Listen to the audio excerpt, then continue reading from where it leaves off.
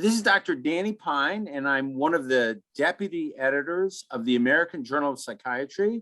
And I'm going to be describing results from two new articles appearing in the April edition of the American Journal of Psychiatry.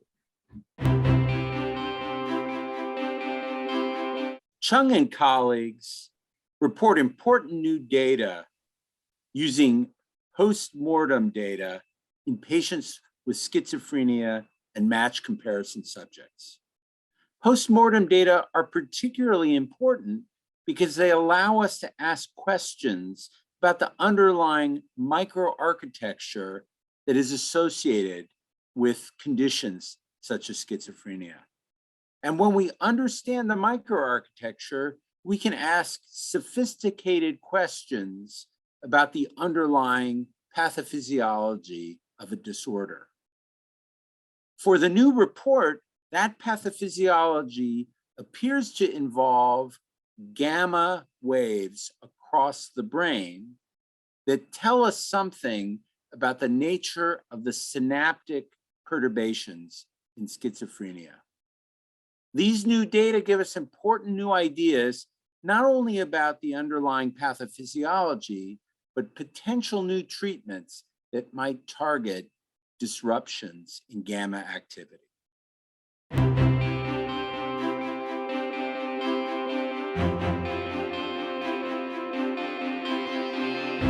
For many years, clinicians and scientists have been concerned about the association between the duration of untreated psychosis and particularly poor outcomes.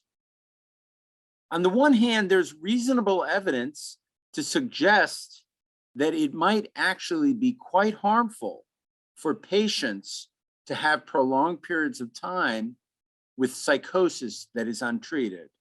On the other hand, prior literature contains significant limitations. O'Keefe and colleagues report important new data that address some of these limitations.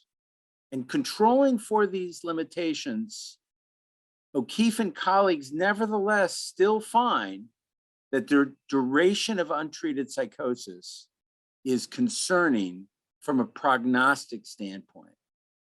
In light of these new data, clinicians and scientists alike need to think about devoting more effort to identifying psychosis when it first begins and to providing treatment as rapidly as possible so we can address the possible problems that arise from a prolonged duration of untreated psychosis.